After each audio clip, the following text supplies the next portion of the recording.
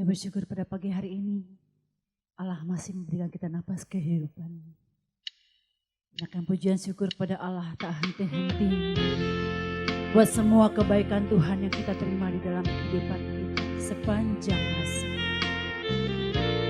Terima kasih Tuhan, bahwa kami terbang tinggi ke hadirat-Mu yang kudus.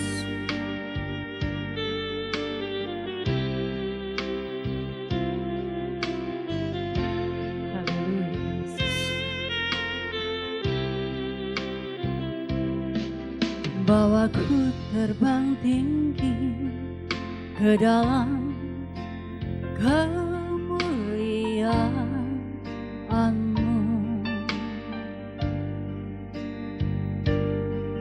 melintasi semua awan agar sampai tahta-Mu Tuhan.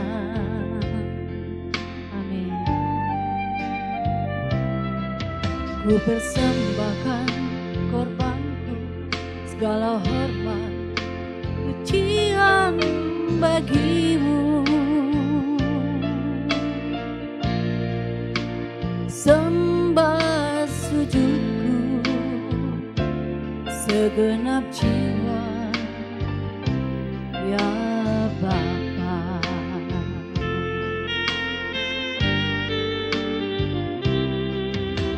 Bawaku terbang tinggi ke dalam kemuliaan-Mu,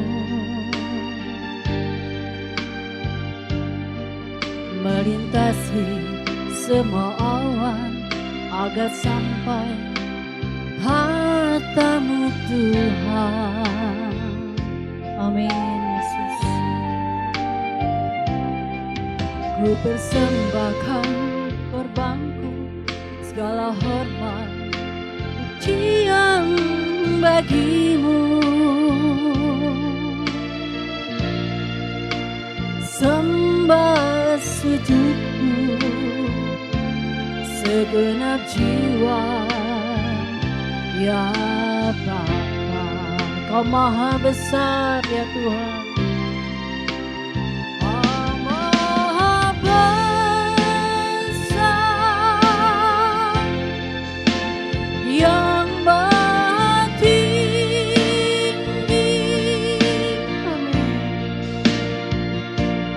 Semua makhluk angkat suara memuji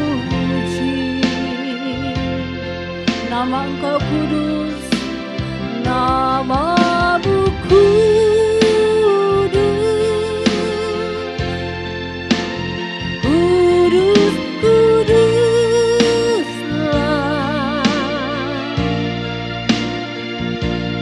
Para malaikat dan kami menyembah. Oh, kami terbang tinggi ya Tuhan, bawaku terbang tinggi ke dalam kemuliaan-Mu, melintasi semua awan agar sampai harta-Mu Tuhan.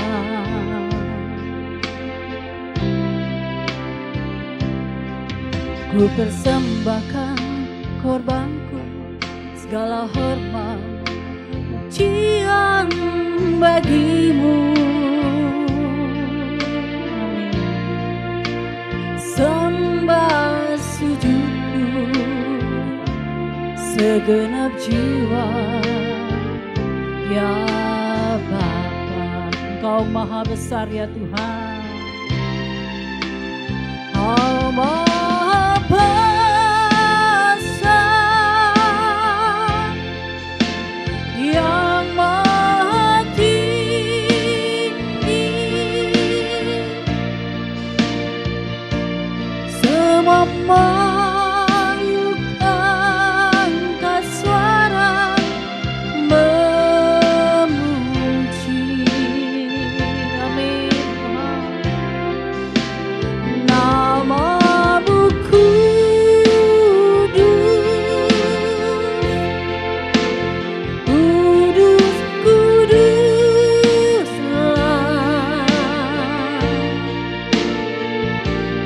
Para malaikat dan kami menyembah. Kau maha besar ya Tuhan. Kau maha besar, yang maha tinggi. Semua makhluk angkat suara memuji.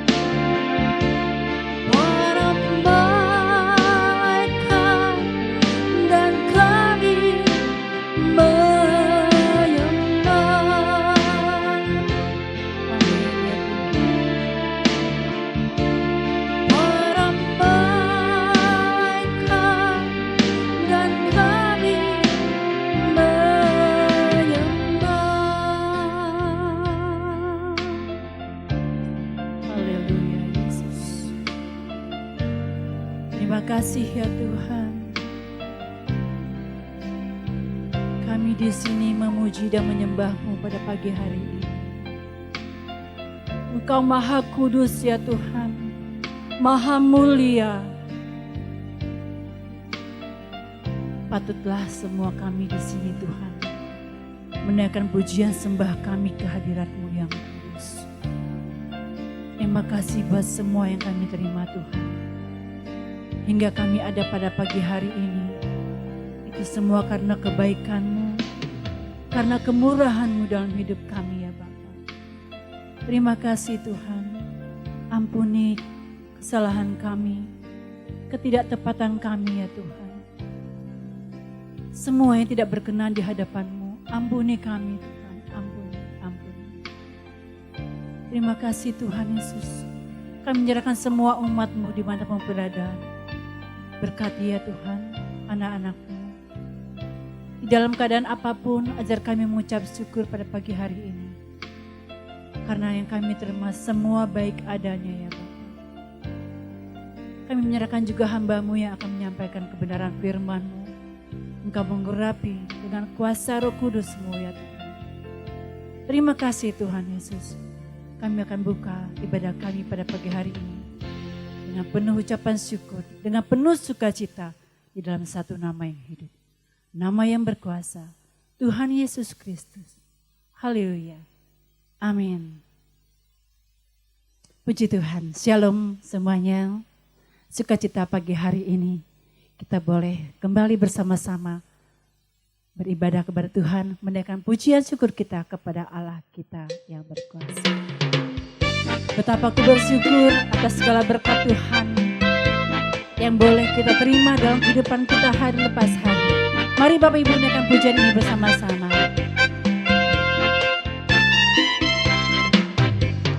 Betapa ku bersyukur atas segala berkat-Mu, semua yang Kau berikan berguna bagiku. Allahku yang mulia, memelihara sempurna.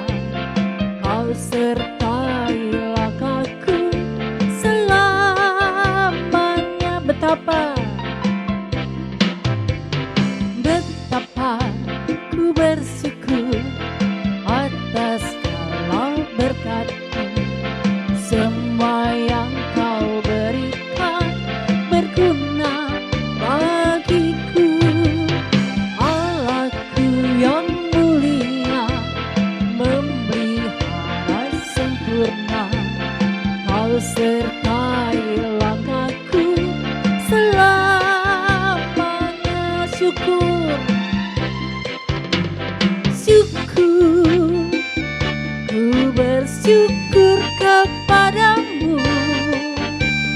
Puji agung nama-Mu. Ku sembah kesucian-Mu. Aku ada sebagaimana aku ada hanya karena anugerah-Mu. Amin. Kita ada hanya karena anugerah Tuhan dalam hidup kita. Haleluya. Naikkan kembali pujian ini bersama-sama. Betapa ku bersyukur. Betapa ku bersyukur atas segala berkat-Mu, semua yang Kau berikan berguna bagiku. Allahku yang mulia, memelihara sempurna. Kau sertai langkahku selamanya. Syukur kami ya Tuhan. Syukur, ku bersyukur kepadamu. Puji agung nama-Mu. Ku sembah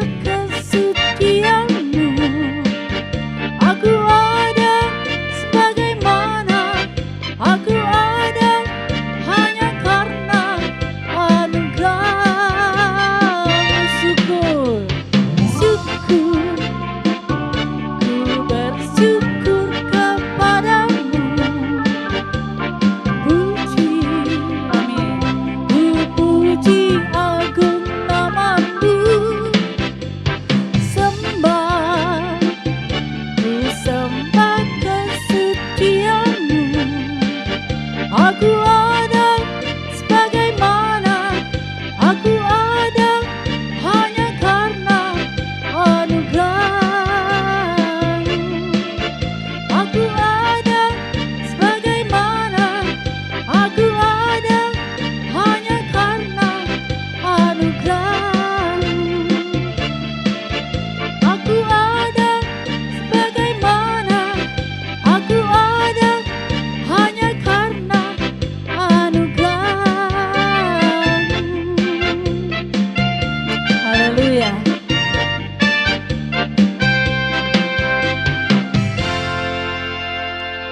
Kita ada hanya karena kasih-Nya.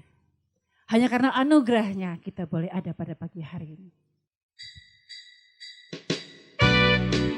Amin. Kasih Yesus lebih dari semuanya. Rasakan kasih-Nya setiap hari dalam hidup kita, Bapak Ibu semuanya. Kasih Yesus lebih dari semua, lebih dalam dari lautan,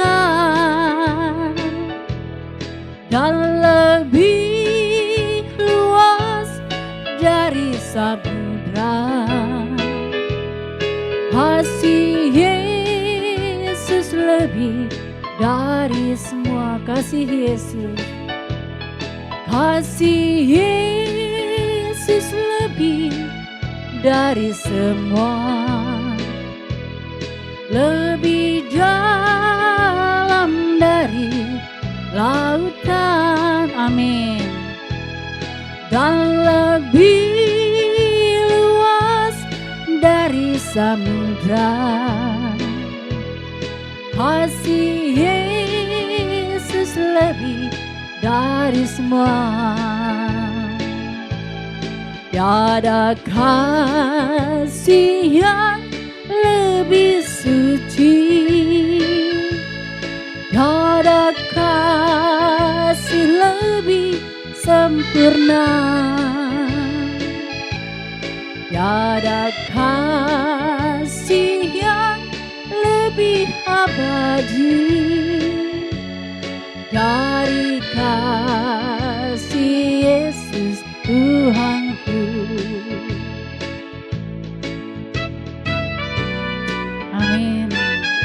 Semua karena kasih Yesus dalam hidup kita.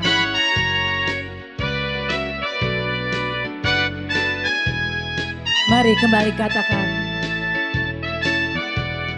kasih Yesus lebih dari semua, lebih dalam dari lautan, oh dan lebih luas dari samudra. Kasih Yesus lebih dari semua. Tiada kasih yang lebih suci, tiada kasih lebih sempurna. Amin. Tiada kasih yang lebih abadi dari kasih Yesus Tuhanku. Tiada kasih, tiada kasih yang lebih suci, tiada kasih lebih sempurna, tiada kasih yang lebih abadi dari kasih Yesus Tuhanku. Amin. Dari kasih Yesus Tuhanku, dari kasih Yesus Tuhanku. Amin. Tidak kasih yang lebih suci dari kasih Yesus Tuhan kita. Kita mau siapkan hati kita untuk mendengarkan kebenaran firman Tuhan pada pagi hari ini. Selalu ada di hadirat-Mu ya Tuhan. Itu kerinduan setiap hati kami umat-Mu. Haleluya Yesus.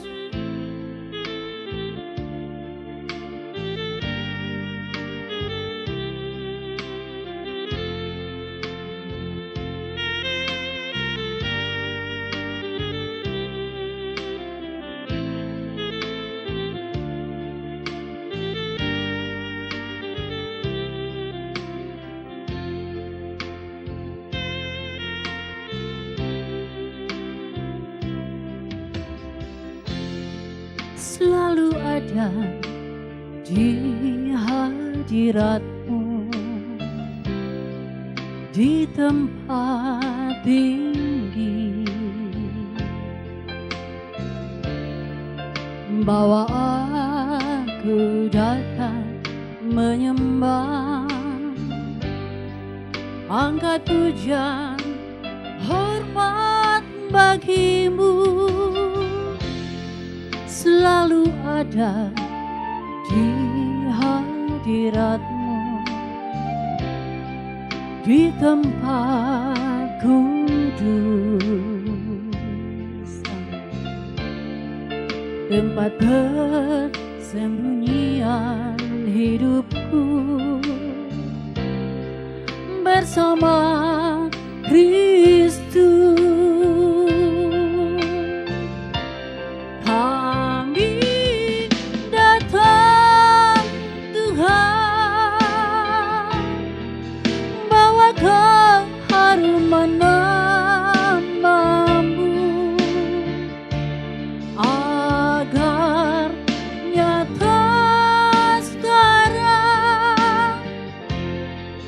Engkau hadir di sini,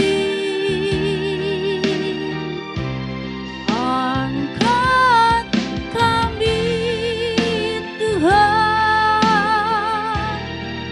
bersama umat-Mu yang kudus, sujud dan menyembah di hadapan tata-Mu selamanya.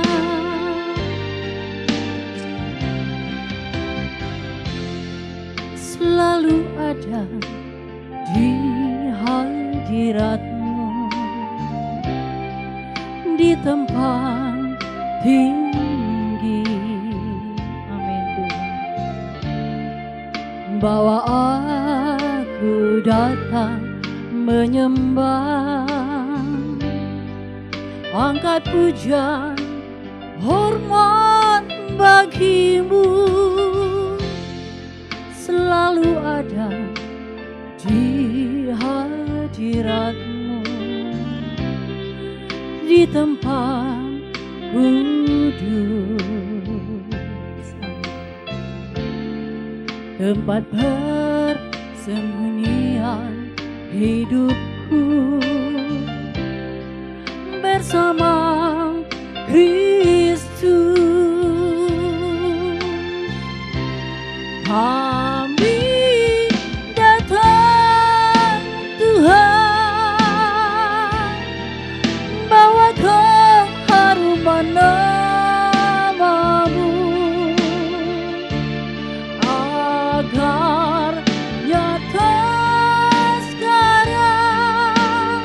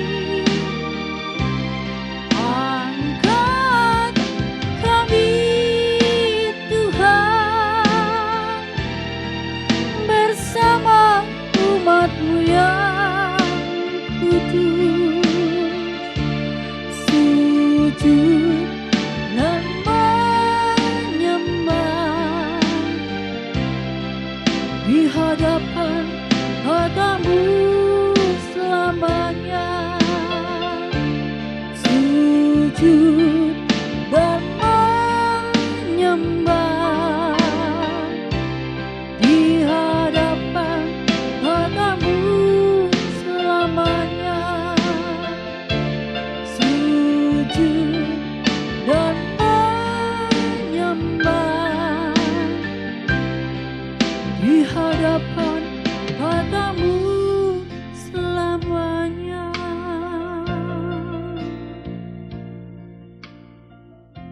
Kerinduan hati kami Tuhan selalu ada di hadirat-Mu yang kudus ya Bapa. Terima kasih Tuhan. Kami mau sambut kebenaran firman-Mu. Kami buka hati kami ya Tuhan. Dengan penuh sukacita, dengan penuh ucapan syukur. Di dalam nama Tuhan Yesus Kristus. Tuhan dan Juru Selamat kami yang hidup. Haleluya. Amin. Shalom saudara sekalian, salam sejahtera dalam kasih Tuhan kita Yesus Kristus. Kita bersyukur kepada Tuhan kalau kita boleh ada sebagaimana kita ada saat ini. Kita ada sebagaimana ada hanya karena anugerah Tuhan, berkat Tuhan, pemeliharaan Tuhan semata-mata. Di tengah-tengah pandemi atau wabah COVID-19, kita masih bisa ada sebagaimana kita ada ini, sungguh karena anugerah dan berkat Tuhan semata-mata. Saudara, satu hal yang pasti akan kita alami, yaitu kematian. Dan setelah kematian, saudaraku, setelah kematian kita akan menghadapi pengadilan, saudara. Ya. Dan itu dikatakan di dalam firman Tuhan. Ya, kita akan pasti menghadapi kematian dan setelah itu pengadilan. Itu sesuatu yang pasti. Pasti. Dan itu bisa terjadi kapan saja, saudara. Ya, kapan saja, di mana saja, melalui sarana apa saja. Kematian, lalu setiap orang harus menghadap pengadilan Tuhan.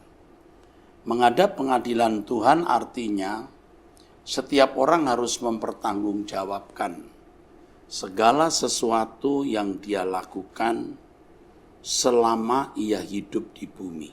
Jadi selama dia hidup di bumi, dia menghadapi, dia harus mempertanggungjawabkan. Saudara, sesuatu yang pasti seperti kematian dan pengadilan harus kita hadapi dengan sikap berjaga-jaga, saudara. Ya. Kalau kita melihat kehidupan banyak orang, saudara, orang-orang pada umumnya mempersiapkan diri dalam menghadapi hari esok. Dan orang tua sering menasihati anak-anaknya untuk sekolah dengan rajin, kuliah dengan giat, ya, melatih diri dalam berbagai kecakapan, supaya anak-anak mereka dapat mandiri, ya, bisa mencari nafkah dengan baik. Maka seringkali kita mendengar orang-orang tua ketika memarahi anaknya, ya, orang tua berkata, nanti kamu jadi apa kalau begini terus? Kamu jadi apa kalau begini terus? Nah, ada anak-anak yang ketika ditegur orang tuanya, kamu mau jadi apa kalau begini terus? Jawabnya, ya jadi manusia, gak jadi monyet katanya. Ya, mau jadi apa kalau kamu begini terus, nak? Ya jadi manusia lah, mam, gak jadi monyet. Oh iya, tetap jadi manusia. Tapi manusia yang bagaimana? Manusia yang bagaimana? Artinya manusia yang berkualitas tinggi atau manusia yang berkualitas rendah. Nah, kalau seseorang memiliki konsep bahwa kualitas hidup seseorang itu ditentukan oleh harta, maka tentu saja saudara, anak-anak diarahkan untuk memiliki harta, ya. Tentu anak-anak diarahkan untuk memiliki harta. Jadi kalau memiliki harta namanya menjadi manusia. Kamu jadi apa nanti? Jadi manusia tentunya. Tapi manusia yang tidak miskin, manusia yang berharta banyak. Kalau orang tua memiliki konsep bahwa keberhasilan seseorang ditentukan oleh pendidikan, maka ia mengarahkan anaknya untuk memiliki gelar, ya, memiliki gelar akademis. Jadi kalau menjadi seorang sarjana, magister atau doktor, itu dianggap sukses. Menjadi manusia artinya menurut konsep orang tua yang memandang gelar itu nilai kehidupan, maka harus bergelar, namanya jadi manusia. Manusia yang sukses. Kalau orang tua memiliki konsep bahwa yang sukses itu orang yang berkedudukan tinggi, memiliki jabatan dan kekuasaan, maka ketika orang tua berkata, kamu mau jadi apa? Maksudnya jadi manusia memang, tapi manusia yang berkedudukan tinggi, manusia yang memiliki jabatan dan manusia yang memiliki kekuasaan. Itu menjadi irama manusia pada umumnya, filosofi manusia pada umumnya demikian, saudara. Bagaimana menjadikan anak-anak mereka manusia. Manusia sesuai dengan konsep mereka. Tetapi orang tua ini lupa satu hal, bahwa anak-anak atau siapapun kita pasti meninggal dunia. Pasti meninggal dunia. Setelah meninggal dunia akan menghadapi penghakiman. Setelah meninggal dunia pasti menghadapi penghakiman, saudara. Nah, ini yang harus diperhatikan dengan serius. Setelah meninggal dunia pasti menghadapi pengadilan. Nah, di sini banyak orang tidak mempersiapkan dirinya sendiri dan tidak mempersiapkan anak-anaknya, keluarganya, atau orang-orang yang dikasihi untuk memperhatikan hal tersebut. Ya.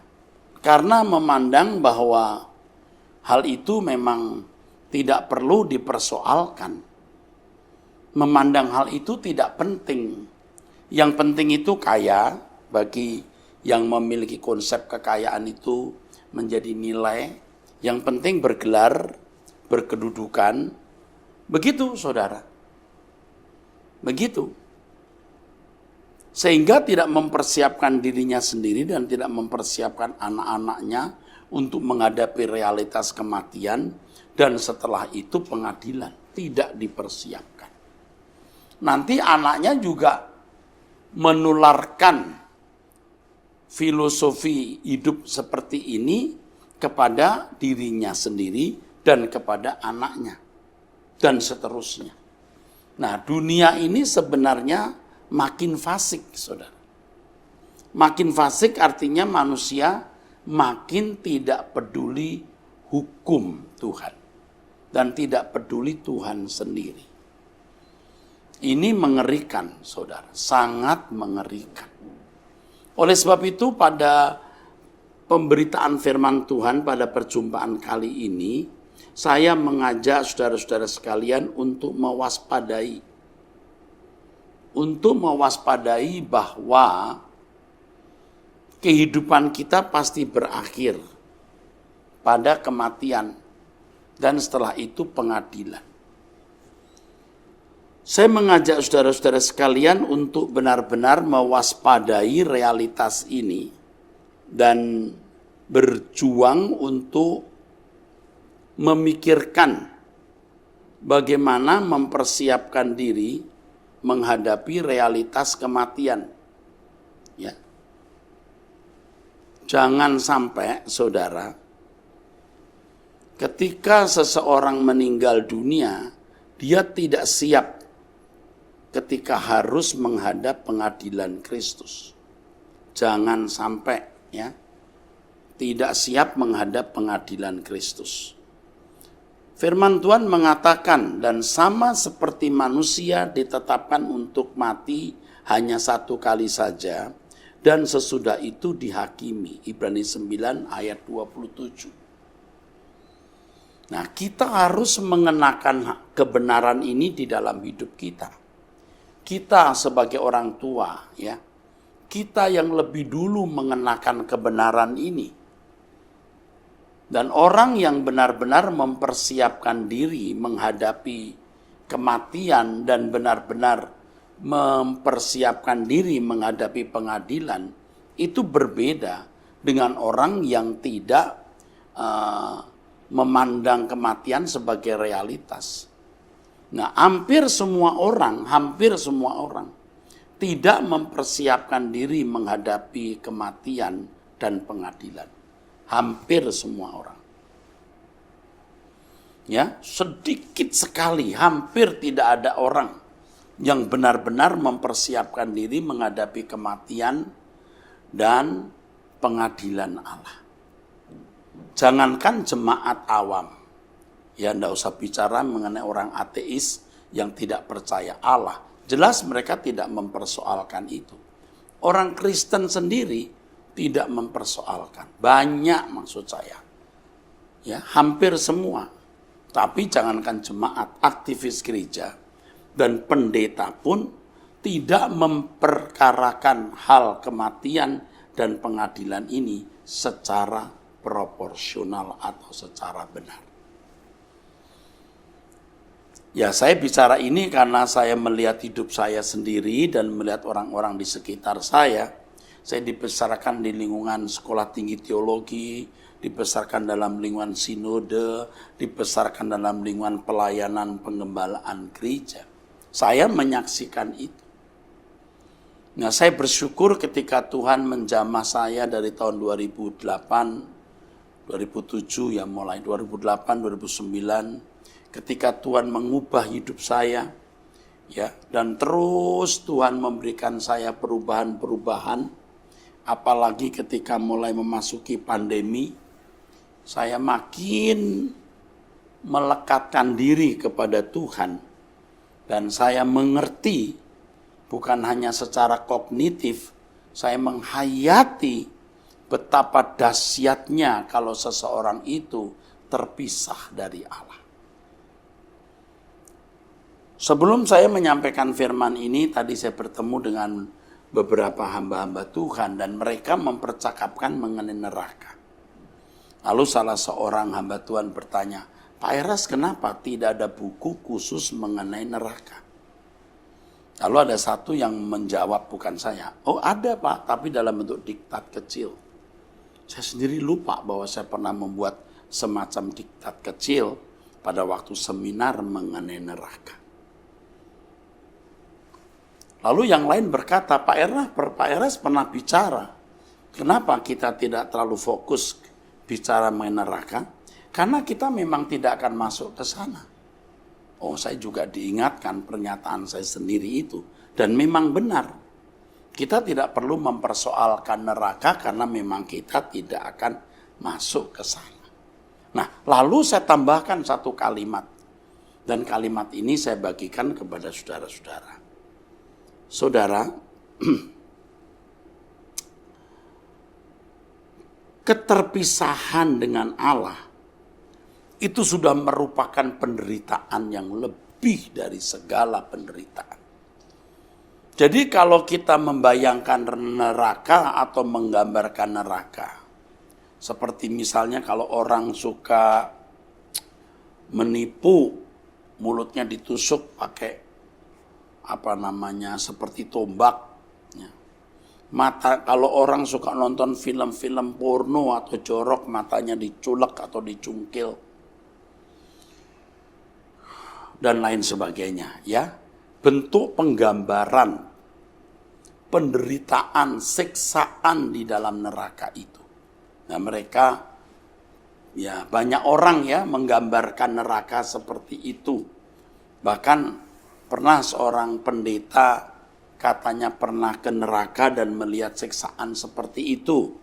Orang yang lidahnya suka dusta ditarik keluar, dipotong, dan seterusnya. Lalu saya katakan sebenarnya penderitaan terpisah dari Allah itu lebih dari siksaan apapun. Siksaan-siksaan dalam bentuk fisiknya itu sebenarnya belum bisa menggambarkan betapa dahsyatnya keadaan orang yang terpisah dari Allah. Betapa dahsyatnya, tak terbayangkan kalau sampai seseorang terpisah dari Allah. Tidak terbayangkan sama sekali, saudara. Tidak terbayangkan sama sekali. Kalau sampai seseorang itu terpisah dari hadirat Allah. Tidak ada penggambaran yang bisa menandingi penderitaan seseorang yang terpisah dari Allah. Dan mestinya, saudara, keadaan yang mengerikan jika seseorang terpisah dari Allah itu sudah mulai dirasakan orang sekarang sejak hidup. Bukan nanti saja, tapi sejak hidup kita harus sudah merasakan betapa menderitanya orang yang terpisah dari Allah itu. Nah, betapa menderitanya orang yang terpisah dari Allah itu. Sejak sekarang ini kita mestinya sudah merasakan betapa menyakitkan penderitaan orang yang terpisah dari Allah. Sehingga kita bisa mengatakan bahwa kebutuhan kita dalam hidup ini sebenarnya hanya Tuhan saja. Rongga kosong dalam jiwa kita itu tidak akan dapat diisi oleh siapapun dan apapun, saudara. Nah, kalau orang bisa menghayati hal ini, maka dia tidak akan sembarangan hidup. Dia tidak akan menoleh ke belakang, artinya tidak akan mencintai dunia dengan segala isinya. Pasti, saudaraku. Jadi kalau orang benar-benar ya saudara, memiliki penghayatan yang benar, bahwa terpisah dari Allah itu mengerikan, maka dia berusaha untuk hidup tidak bercacat, tidak bercela. Dia berusaha meninggalkan percintaan dunia dan menjadikan Tuhan sebagai satu-satunya kebutuhan di dalam hidup ini, saudara. Dia akan menjadikan Tuhan sebagai satu-satunya kebutuhan hidup ini. Jadi kalau kita berurusan dengan Tuhan, itu bukan karena kita membutuhkan sakit penyakit semata-mata. Bukan karena kita membutuhkan pertolongan masalah hutang piutang, masalah bisnis, masalah ekonomi, masalah kesehatan, dan lain sebagainya. Tidak salah memperkarakan ini di hadapan Allah. Tidak keliru, karena memang Tuhan itu sumber pertolongan kita. Gunung batu perlindungan dan pertolongan kita. Tetapi kita harus makin dewasa, saudaraku. Dan bisa menghayati singkatnya hidup ini. Ya, kita bisa meninggal kapan saja, di mana saja, melalui apa saja kok. Makanya kita harus menghayati realitas rentannya hidup kita. Rentannya hidup kita ini, saudara. Ya, bisa kapan saja meninggal. Dan setelah meninggal, kita diperhadapkan kepada pengadilan.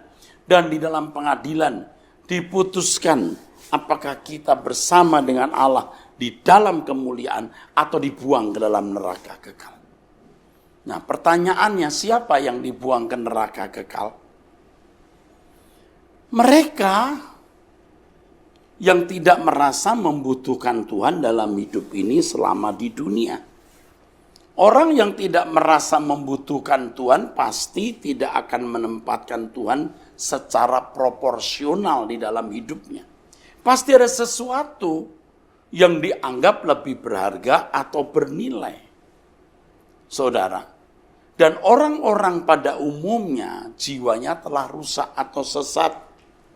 Ya, kesepian mereka, kekosongan mereka pikir disebabkan karena kurang kaya, belum punya jodoh, yang sudah menikah karena belum punya anak, sudah punya jodoh anak, karena merasa bahwa ia tidak mampu memberi fasilitas yang memadai untuk keluarganya. Itu saudaraku, faktanya demikian. Jadi kekosongan jiwa yang dimiliki oleh banyak orang rata-rata karena masalah-masalah dunia fana ini. Sehingga tidak melihat kebutuhan utama di dalam hidup. Apa itu kebutuhan utama? Ya, seperti yang tadi saya katakan, saudaraku. Yang dibutuhkan itu mestinya Tuhan. Oleh sebab itu, saudaraku, tidak ada yang kita butuhkan lebih dari Tuhan. Ada satu kalimat lagu saya ya, saudara, di refrennya. Kalimatnya begini, ku mengasihimu, ku menghormatimu, engkau satu-satunya harta milikku, berharga di hidupku. Kau yang kurindukan, Kau yang ku nantikan, bila ku boleh datang memandang wajah-Mu, Tuhan. Ada kalimat di syair lagu ini. Engkau satu-satunya harta milikku, berharga di hidupku. Saudara, bagaimana kita mulai sejak di dunia ini sudah merasakan pentingnya hadirnya Tuhan di dalam hidup kita. Nah, orang tua yang tidak mengenal kebenaran mentransfer, mengimpartasi, menularkan spirit atau gairah yang tidak tepat. Apa itu, saudaraku? Ya tadi saya sudah sampaikan. Kamu jadi apa kalau besar? Kalau anak yang bandel bisa menjawab jadi manusia lah, Pap. Mau jadi monyet memangnya. Tapi manusia macam apa? Kalau manusia yang Papa ingin, manusia yang punya uang. Yang lain berkata punya gelar. Yang lain berkata punya kedudukan dan pangkat. Yang lain berkata ya wajar lah. Jadi manusia yang wajar lah. Artinya punya jodoh, punya fasilitas rumah, bekerja, gaji cukup. Tetapi orang tua tidak menularkan bahwa sebenarnya yang dibutuhkan adalah Tuhan. Anak-anak harus mulai diajar bahwa ada kekosongan dalam jiwa manusia yang tidak bisa diisi oleh siapapun dan apapun. Sebab kekosongan jiwa itu hanya bisa diisi oleh Tuhan. Nah, kehausan jiwa orang tua terhadap Tuhan harus ditularkan kepada anak. Sehingga anak mengerti bahwa manusia hidup bukan hanya dari roti saja, tapi dari setiap firman yang keluar dari mulut Allah, yang artinya membutuhkan Allah juga. Bahkan mestinya kalimat yang benar, Tuhan satu-satunya kebutuhan kita. Kalau seseorang menjadikan Tuhan satu-satunya kebutuhan, maka orang itu akan mengabdi kepada Tuhan. Orang itu akan hidup bersih, hidup suci, hidup tidak bercacat, tidak bercela, dan mengabdi kepada Tuhan. Nah, inilah yang mempersiapkan seseorang meninggal dunia lalu menghadap tahta pengadilan Allah, saudara. Harus ada kehausan dalam jiwa kita. Nah, pertanyaannya begini.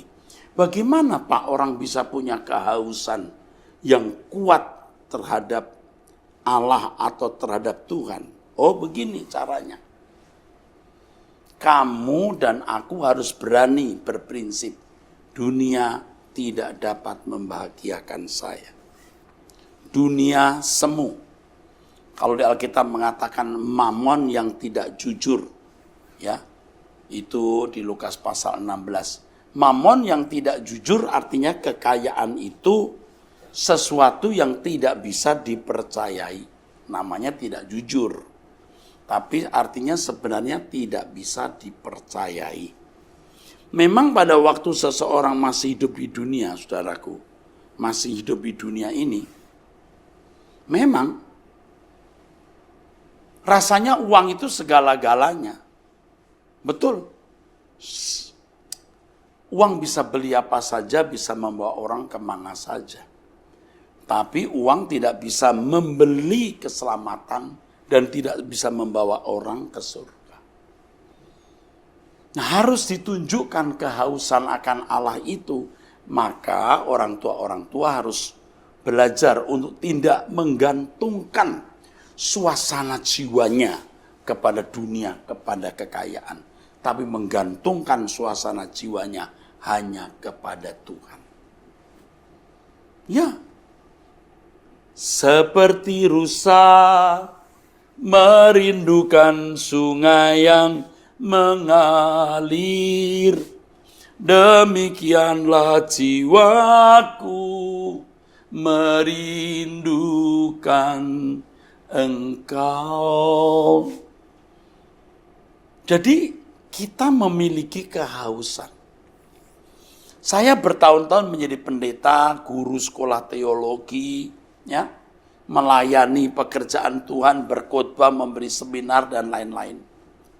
Tetapi pada waktu itu saya tidak memiliki atau belum memiliki kehausan akan Allah seperti hari ini. Nah, saya perkarakan ini di hadapan Tuhan. Kenapa demikian? Karena dulu saya masih berharap dunia itu membahagiakan saya. Kalaupun bukan uang, kalaupun bukan kedudukan, paling tidak jumlah jemaat. Paling tidak gereja di mana saya menjadi gembala sidang di situ. Itu juga bisa menjadi kebahagiaan yang menandingi kebahagiaan kita, ya, yang ditopang oleh kehadiran Tuhan. Nah, ketika saya mulai mengerti kebenaran firman Tuhan lebih lengkap lagi, saya harus mengambil keputusan. Dunia tidak berarti bagiku. Dunia tidak dapat membahagiakan aku. Ada kekosongan dalam jiwaku yang tidak bisa diisi oleh siapapun, tapi hanya oleh Tuhan. Maka sekarang juga lagu ini yang saya ambil dari ayat Alkitab. Seperti rusa merindukan sungai yang mengalir, demikianlah jiwaku merindukan Engkau. Nah, saya rindu sidang jemaat, saudara-saudara semua, memiliki kehausan akan Allah ini. Merana, tersiksa, kalau kita tidak memiliki persekutuan yang benar dengan Allah, kalau Allah tidak memenuhi kita, saudara. Ya, jangan haus saudara itu Anda arahkan kepada perkara-perkara dunia, kepada materi, kepada kekayaan, yang semua itu menyesatkan dan menggiring orang ke neraka. Nah, kita tinggalkan kesenangan dunia dan menjadikan Tuhan sebagai satu-satunya kebahagiaan kita. Ada satu kalimat lagu saya juga yang bunyinya begini. Tak lagi ku minta apapun kepadamu Bapa di sorga, hanya Engkau kebutuhanku, kerinduanku. Tak lagi ku minta apapun. Nah ini tidak semua orang bisa. Tapi saya mengajak saudara untuk bisa, apalagi kita sudah umur di atas 50 tahun. Saudara mau nunggu apa hidup ini? Bisa mati setiap saat. Lalu kita dibawa kepada pengadilan, saudara. Nah, sejak kita di dunia, kita mulai berkata, tak ku minta apapun, tak lagi ku minta apapun. Kepadamu Bapa di surga, hanya Engkau kebutuhanku, kerinduanku. Nah saudara, dengan saudara memiliki prinsip ini, saudara akan tergiring memiliki persekutuan dengan Allah. Dan ini persiapan menghadapi kematian, dan persiapan menghadapi pengadilan. Sungguh, ketika kita merasa membutuhkan Tuhan, artinya Tuhan satu-satunya kebutuhan kita, dan kita mengenal kebenaran, maka yang kita persoalkan di hadapan Allah hanya bagaimana kita dimiliki Allah dan Allah memiliki kita. Ya memang mudah ya orang berkata, Tuhan aku milikmu. Mudah. Padahal kenyataannya tidak mudah begitu, saudara. Kenapa?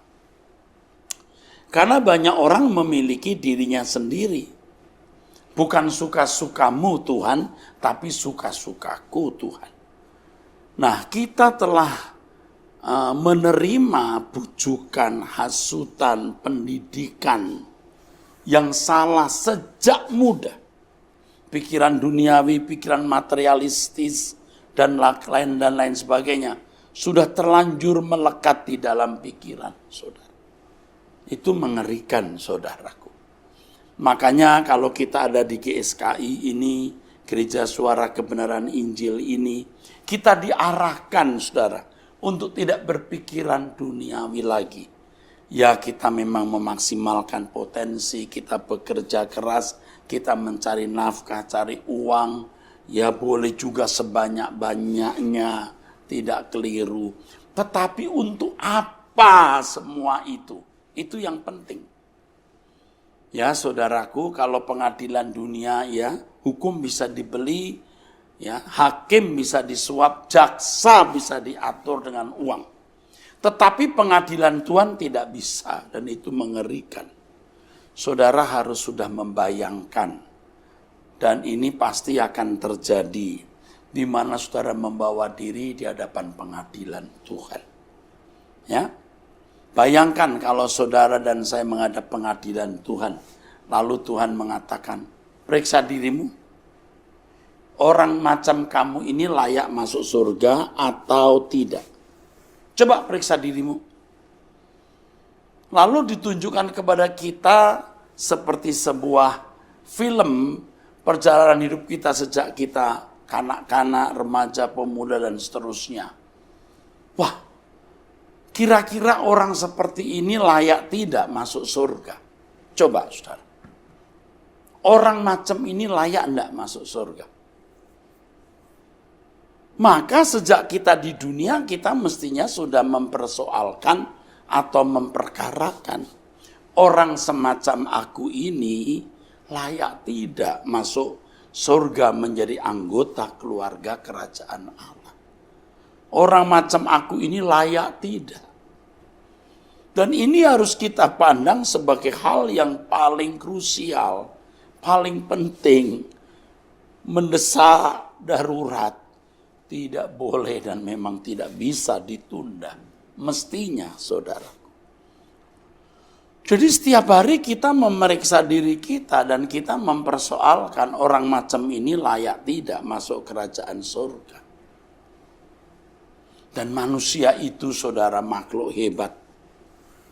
Di antara keistimewaan yang dimiliki orang manusia adalah manusia dapat mengenal dirinya.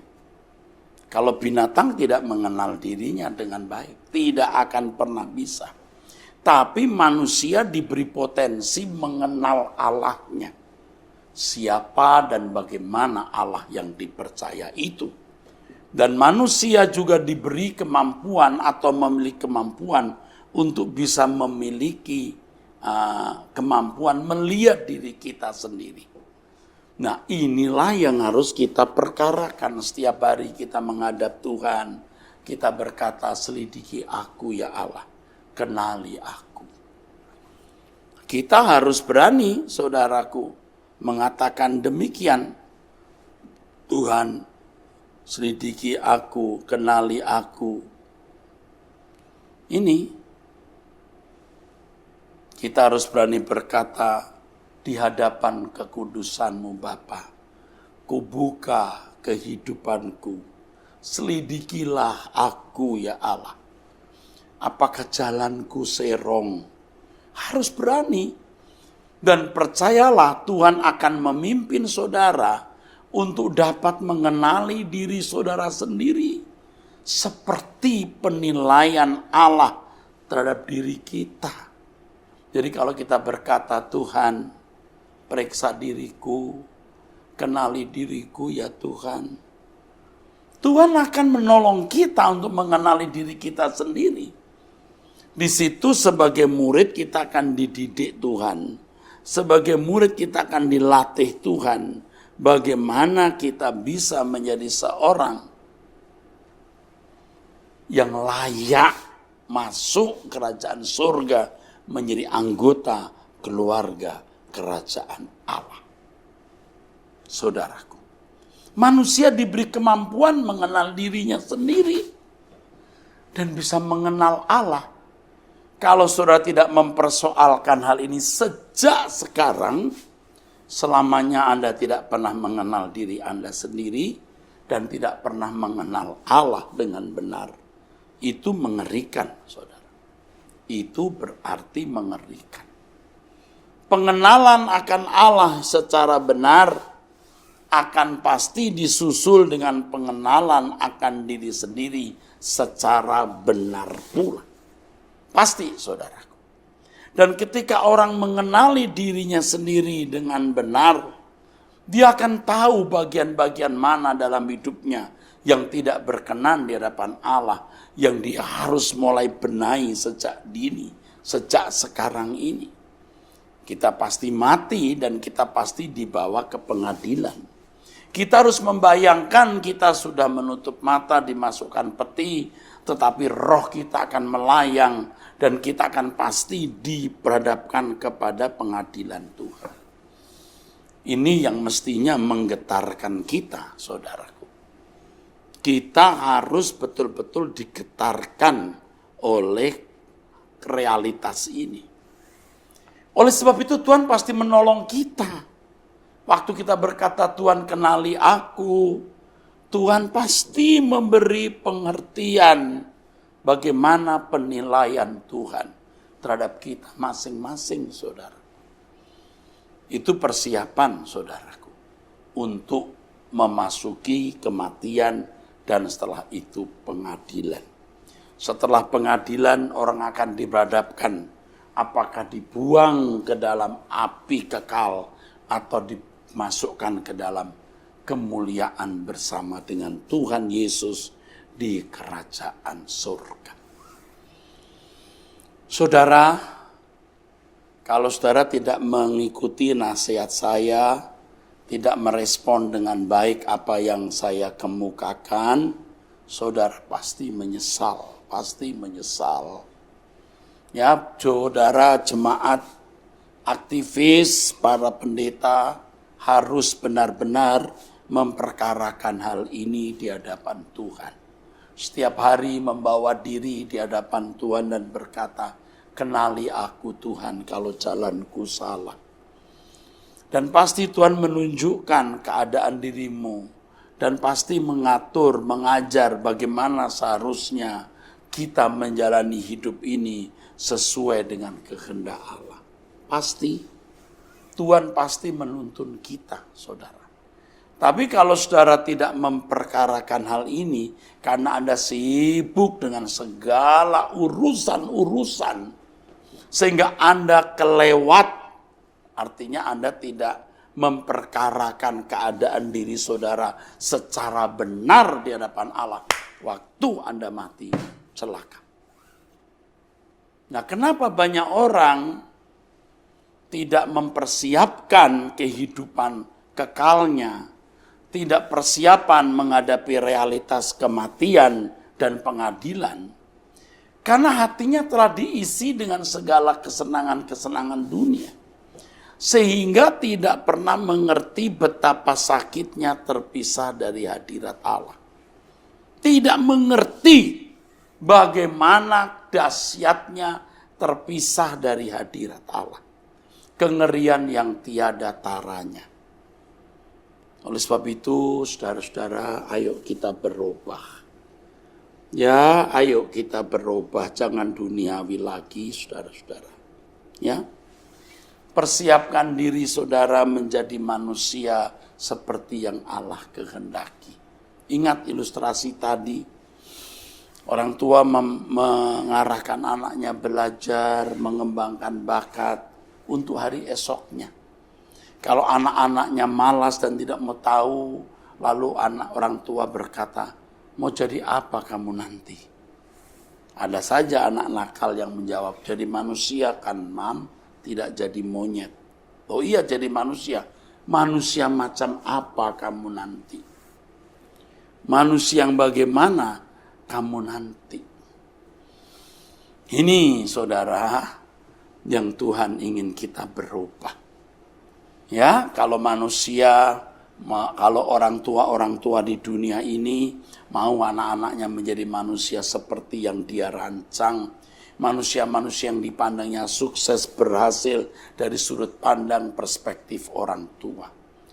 Allah mempersiapkan kita untuk menjadi manusia-manusia sesuai dengan apa yang Allah kehendaki. Ibrani pasal 12 dari ayat 7 sampai ayat yang ke-10 menunjukkan bahwa Bapa di surga mendidik kita anak-anaknya supaya kita mengambil bagian dalam kekudusan Allah. Dan itulah yang dikatakan hidup, supaya kita hidup dan mengambil bagian dalam kekudusan Allah. Dengan mengambil bagian dalam kekudusan Allah, kita menjadi anak Allah yang sah. Dengan menjadi anak Allah yang sah, kematian tidak menakutkan lagi, karena kita memiliki pengharapan kerajaan surga. Pengadilan malah kita nantikan, karena pengadilan bukan sesuatu yang menegangkan, karena kita sudah berlatih melihat dan mengenali diri kita sendiri. Ketika di hadapan Tuhan, kita sudah siap diteropong. Kita bukan hanya yakin masuk surga, tapi kita tahu kita pasti masuk surga. Pengadilan Tuhan justru menjadi momentum yang kita nantikan. Karena pada waktu itu semua keadaan manusia akan ditelanjangi. Tidak ada yang tersembunyi di mata Allah. Semua akan dibuka oleh Tuhan. Tidak ada yang tersembunyi, tidak ada yang terselubung. Semua dibuka. Dan kita yang hidup benar mulai sekarang, kita ingin dibuka. Kita bersedia ditelanjangi, karena justru disitulah keindahan kita akan memancar. Kecantikan kita akan memancar. Hari ini mungkin manusia di sekitar kita tidak mengenal siapa kita. Mereka bahkan menghina, membuli, memfitnah, mengucapkan kata-kata yang tidak patut, yang bertujuan merusak nama baik kita. Tidak masalah. Karena semua kita nanti akan menghadap tahta pengadilan Kristus. Dan setiap orang akan menerima apa yang patut diterimanya, baik atau jahat. 1 Korintus 5 ayat yang ke-10. Saya mengajak jemaat GSKI untuk sadar dan benar-benar mempersiapkan diri untuk kematian dan pengadilan nanti. Saya mengajak jemaat Tuhan untuk bertumbuh dalam iman, belajar firman, memiliki jam doa, sehingga mengerti betapa menderitanya terpisah dari Allah itu. Siksaan di neraka yang sering digambarkan orang belum mewakili kedahsyatan kalau seseorang terpisah dari hadirat Allah. Belum mewakili. Oleh sebab itu saudara rasakan betapa menyakitkan keadaan orang yang terpisah dari Allah. Maka sejak di bumi kita akan membangun terus hubungan dengan Allah sampai kita memiliki persekutuan yang benar. Saudara, tetaplah setia di gereja di mana saudara digembalakan oleh gembala-gembala saudara masing-masing. Dukunglah pelayanan Bapak Gembala saudara masing-masing di wilayah di mana saudara berada. Ya, sampai jumpa. Tuhan memberkati kita sekalian. Sola Gracia. Mari kita berdoa. Bapa di surga, kami bersyukur untuk apa yang Tuhan sampaikan, apa yang Tuhan pesankan lewat hamba-Mu, Gembala senior kami, Bapak Pendeta Dr. Erastus Sabdono. Tuhan, terima kasih. Kiranya apa yang hamba-Mu sudah sampaikan ini boleh tertanam dalam hati kami, dan setiap firman, setiap kata dan kalimat itu boleh mengubah hidup kami Tuhan. Tuhan, di sisa umur hidup kami, di kesempatan yang masih Tuhan berikan bagi kami mau berjuang terus mengisi hari-hari hidup kami. Kami mau berubah menjadi seperti yang Bapa ingini. Seperti teladan kami Tuhan Yesus sendiri yang memberikan contoh bagaimana Engkau menyenangkan hati Bapa.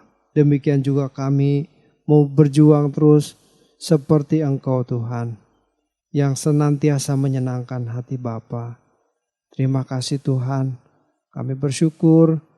Mari Roh Kudus Engkau menyertai kami dalam kehidupan kami sehari-hari, menolong, membimbing kami, menyertai kami Tuhan. Supaya kami bisa mengubah karakter kami, pribadi kami yang belum seperti yang Tuhan kehendaki. Terima kasih Tuhan, terpujilah nama-Mu. Kami bersyukur Tuhan untuk setiap persembahan yang dikirimkan ke gereja ini Tuhan. Kiranya Tuhan memberkati jemaat-Mu Tuhan. Biar persembahan yang kami terima boleh berguna untuk mengemban pekerjaan-Mu di tempat ini. Terima kasih Bapa, terpujilah nama-Mu. Mari Bapak Ibu yang dikasihi Tuhan, kita angkat kedua tangan kita. Kita akan menerima berkat dari Tuhan. Segala berkat dari Allah Bapa, kasih dari Tuhan Yesus, dan penyertaan Roh Kudus yang menolong membimbing kita dari hari ke hari hingga kita sempurna di matanya. Di dalam nama Tuhan Yesus Kristus, kami sudah berdoa dan bersyukur. Haleluya. Amin.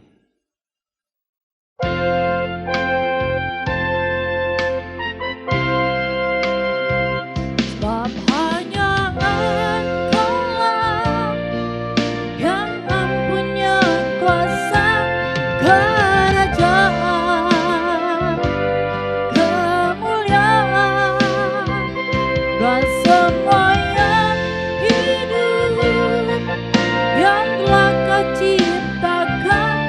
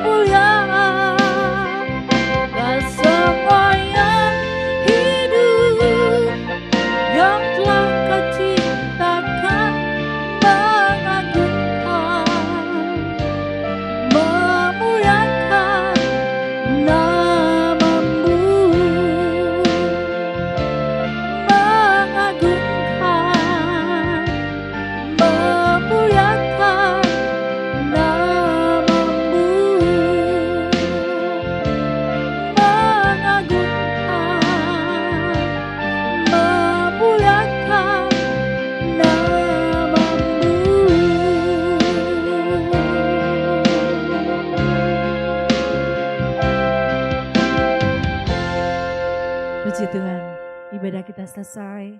Terima kasih buat persembahan yang saudara-saudara sampaikan untuk pekerjaan Tuhan di tempat ini. Tuhan Yesus memberkati kita semuanya. Thank you.